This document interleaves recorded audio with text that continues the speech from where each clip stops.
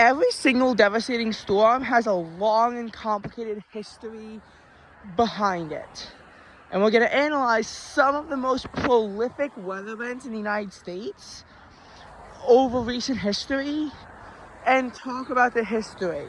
When I say prolific, though, I mean it.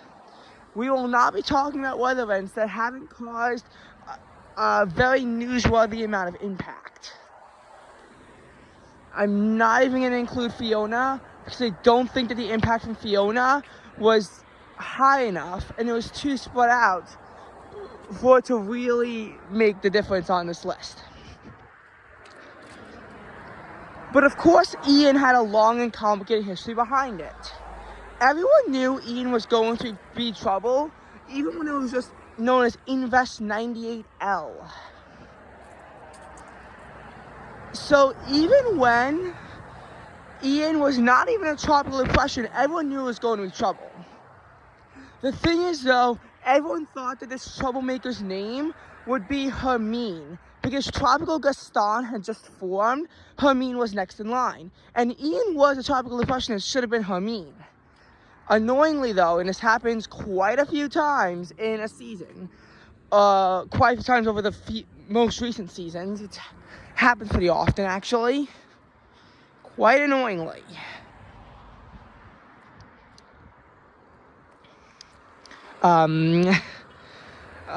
Please don't leave. Quite annoyingly, yes, Hermine formed first from a later tropical depression, even though Hermine in the end was weaker.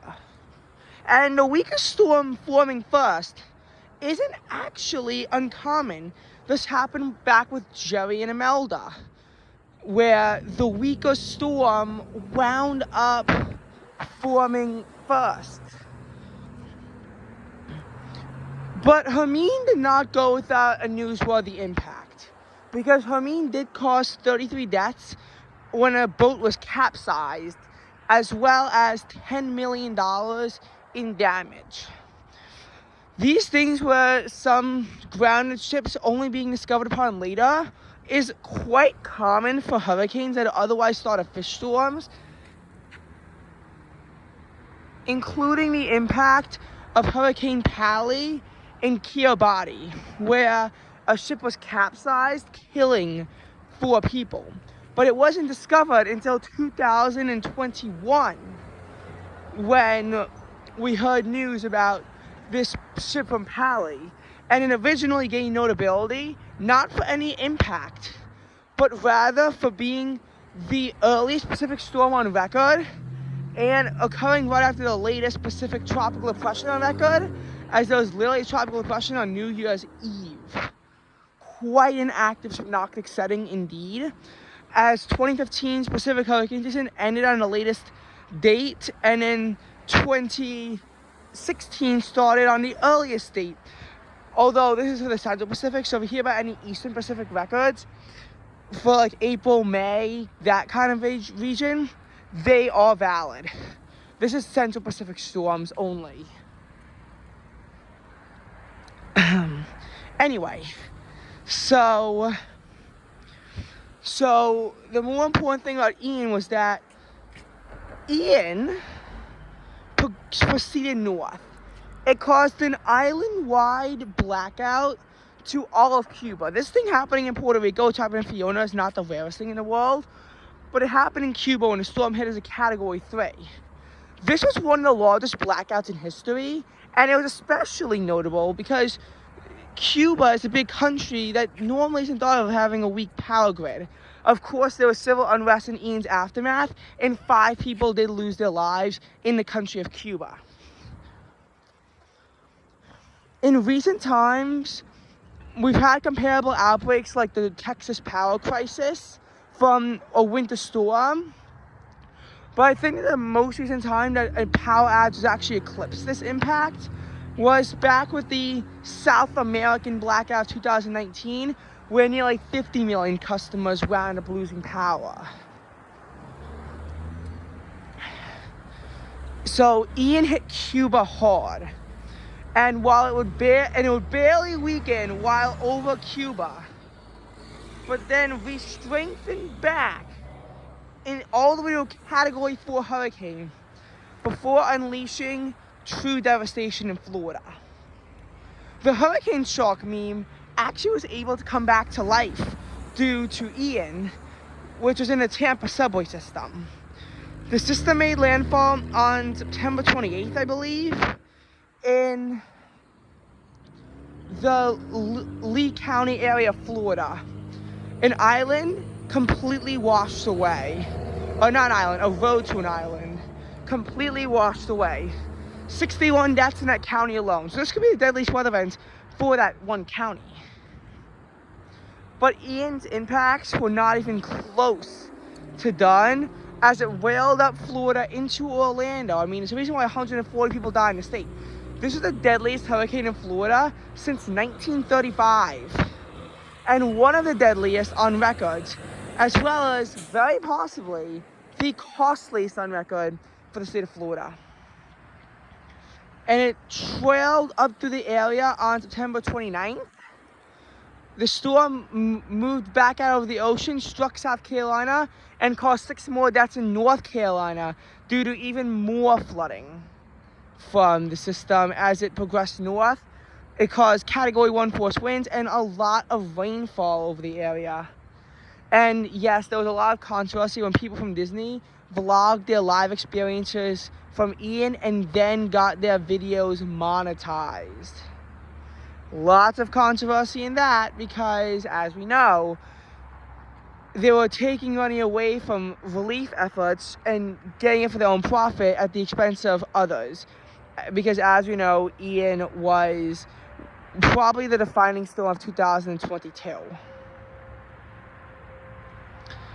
And as we know, with Ian was that the system was not done in North Carolina.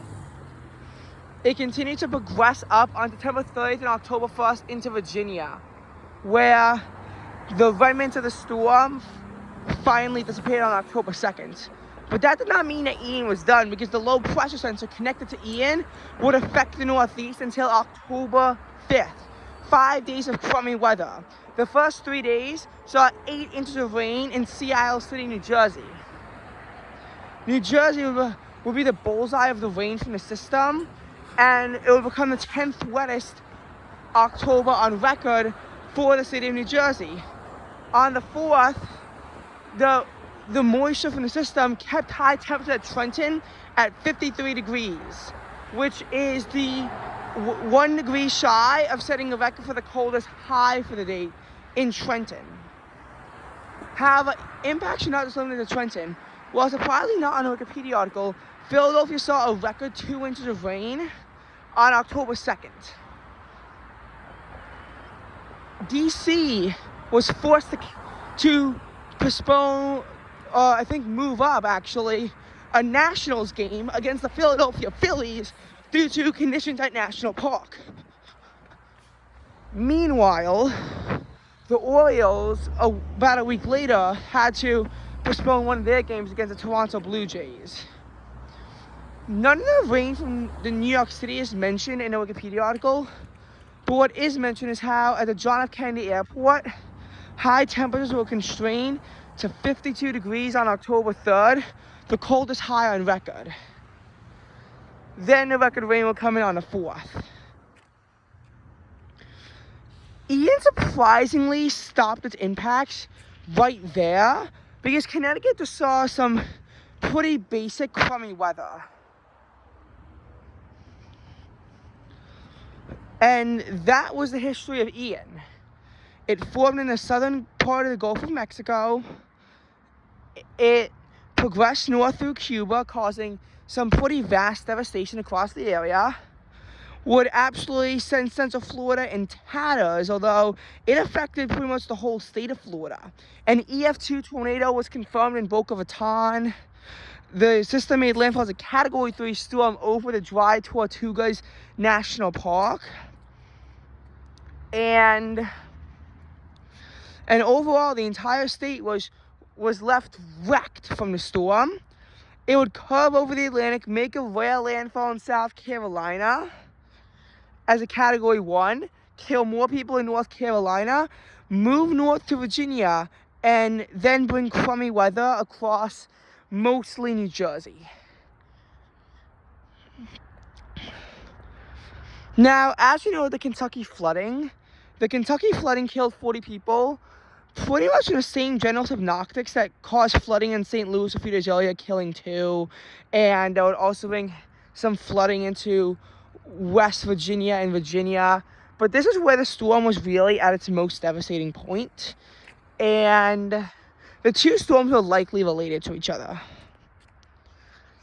And I don't know that much, but you had heavy, near record-breaking rain across the eastern portions of Kentucky that wound up causing a lot of problems throughout the state. Now, I'm not too familiar with the impacts of the storm here, so I can't be too detailed, but there was, in fact, a lot of impacts throughout the area. While this was happening, deadly heat waves ravaged France, Germany, and the UK. Wildfires affected the Mediterranean region, which were at their worst in the country of Algeria. And this is, of course, due to the heat waves in Europe that wound up causing at least 26,000 deaths. What makes heat waves harder, though, is that normally they're not one event. This is clearly multiple separate events of heat that led to the fatalities. It was like in North America, except the European heat waves were at least a lot more newsworthy. The North American heat waves are too scattered in their impacts for them to make this list, even with a combined $9.3 billion in damage and 117 lives lost. They're just too scattered in their impacts, ranging from May, although the true impacts didn't begin until June, and then lasting through September.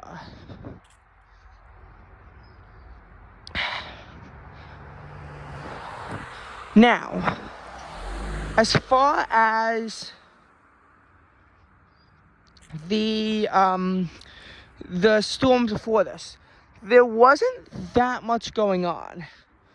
Now, to be fair, Madagascar, Malawi, and countries in that general region of Southeast Africa were battered by multiple tropical storms in 2022 that led to over 300 lives lost. However, this could have been one of the deadliest seasons had the Eastern Cape floods in South Africa that resulted in 435 deaths been related to the subtropical depression Isa. However, we can't directly correlate the two events between each other.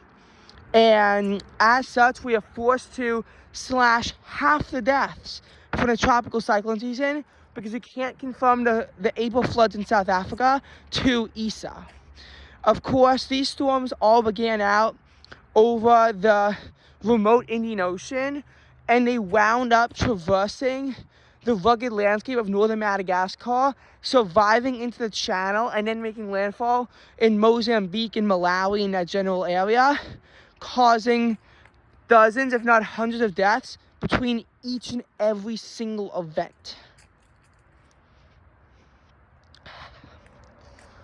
It was actually quite painful, and multiple of these storms became newsworthy events. Oh, and also, Tropical Storm Miyagi railed the Philippines, causing 200 deaths. When 2021 ended and 2022 began, there was only one important system that was going on at the time, but it's still a very important system. This important system was the Malaysian flood. Starting out as Tropical Depression 29 West in the Malay Channel area, the initial system caused 27 deaths. 27 more were confirmed due to heavy rains that continued to swamp the area until mid-January. As a result of all of the drenching rain, we saw Malaysia's probably costliest weather disaster in history. Typhoon Rai hit the Philippines hard, especially the Bohol region, just a little bit before. Typhoon Rayoni, I think? Typhoon Rayoni wound up... Oh no, Typhoon Rai wound up then crossing the Philippine Channel, but it only caused minor impacts in Vietnam. That would actually be a pretty devastating story in 2020, but unfortunately, I'm gonna have to cap this off early. I don't know when, but when I get back home, I have to cap this video off. So, as far as the next event, this is the tornado outbreak of December 10th to 11th. America's deadliest tornado outbreak on record in the month of December. Now, this storm began as a typical dry line moving east. The dry line can typically be found around Marfa, Texas. This dry line is what leads America's population to have 80% living in the eastern half and 20% living in the western half. And this line is around the negative 98th meridian. So Marfa is a dry line. You can see how you have Dallas. Then only about 100 miles west is Abilene, which receives 60% of the rain as Dallas. And then 100 miles to the west, Midland, which all these are in Texas, by the way, receives only 60% of the rainfall that Dallas does. And Midland is still at the longitude as around Lubbock or Amarillo. In other words, it's not that far west in Texas, and it's certainly no El Paso. So these cities have vastly different amounts of precipitation going on, and it's because of their location. Storms cannot usually make it as far inland as that area. But anyway, the dry line moved east throughout Texas. Tornadoes began to bubble up throughout Arkansas and Missouri, tracked throughout Tennessee. One particular tornado that traversed pretty much the entire area of western Kentucky led to 57 deaths and just flattened the area completely. Another devastating tornado hit Bowling Green. A long-track tornado also struck through Tennessee and Kentucky just south of that tornado. Edwardsville, Illinois suffered 6 deaths due to a factory warehouse collapse. The tornado swarm would continue into Alabama, Georgia, Indiana, and Ohio, but without casualties in any of these areas. And the severe weather pretty much pushed offshore, with the last notable impacts occurring with winds of 70 miles an hour in western New York, which caused some disruptions on the Great Lakes, and 50 miles an hour in eastern New York, including the general New York metropolitan area. After that, the storms just pushed offshore, and this is not a tornado outbreak with multiple rounds. This was a tornado outbreak with one singular round. So there's not that much history behind it. Now, we did see rare cyclone Gulab Shaheen, which initially started in the Bay of Bengal, hit India, traversed the entire country, then moved to the Arabian Sea and made a very rare landfall in Oman. There wasn't that much impact in Dubai, but in Muscat, temperatures were pretty much constrained to the upper 70s, which is really cold there for the time of year, and brought a lot of rain that probably caused a lot of flash flooding. Between the two systems, nearly 40 lives were lost. Before this, of course, Ida, the defining storm of the year. This troublemaker didn't cause as much impacts in Cuba despite hitting a similar area, and it was only Cat 2, but it would hit New Orleans as a Cat 4. The entire area lost power, and as temperatures climbed to the 90s with triple-digit heat indexes in the aftermath, it really led to a problem for New Orleans, and a lot of people died there. There were about 30 deaths in Louisiana, 4 in Mississippi, and 2 in Alabama. A lot of people began worrying about Tennessee because 10 days earlier, Waverly was hit with record-breaking flash flooding that cost the lives of 20. Flash flooding also impacted Kentucky, but the impacts began to rile up again not until Virginia. But especially between Philly and New York, in New Jersey and New York, but also in Pennsylvania, Ida would cause tornadoes and record-breaking flash flooding. Flash flooding impacts can really go as far south as Maryland and Virginia, and as far up as Connecticut. One more tornado was confirmed in Massachusetts, but after that, the system pushed offshore, and there was just a lot of debris to clean up. There were record-breaking flash floodings across Germany, Belgium, across the Henan part of China, and across northern India. However,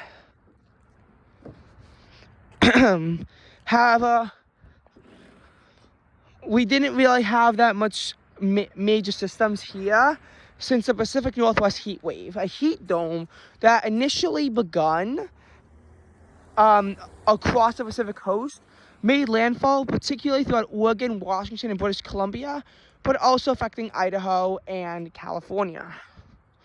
It then moved east, tracking across Montana before it became a strictly Canadian event. The heat wave caused some record highs in Yukon and the Northwest Territories, and it even brought quite some records, the more local records, to Saskatchewan and Manitoba, after, of course, Alberta. After it moved east, it caused a few more records in Northwest Ontario. Did not set any records in Quebec, but it actually set some records across the Prince Edward Island before this abnormally warm weather pushed offshore. This is more of a Canadian weather event than an American weather event, by the way. We had Cyclone Tauktae rail through western India after first forming in the Arabian Sea and making landfall on the western side of the country. We had February 2021, where that winter storm and cold wave. The winter storm started off in the Portland area of Oregon and Washington, too, a little bit. It moved south through Colorado, New Mexico, brought record-breaking cold temperatures from Montana to Texas. Texas was hit especially hard with the winter storm. Record temperatures even were felt in the area from Yukon all the way down to Mexico, actually, to northeast Mexico. Then the winter storm began to pick back up across the Great Lakes and then leave the United States, causing a mostly rain event in New York, although the next storm would dump a bit of snow on New York. And with that, I do have to cut it, unfortunately.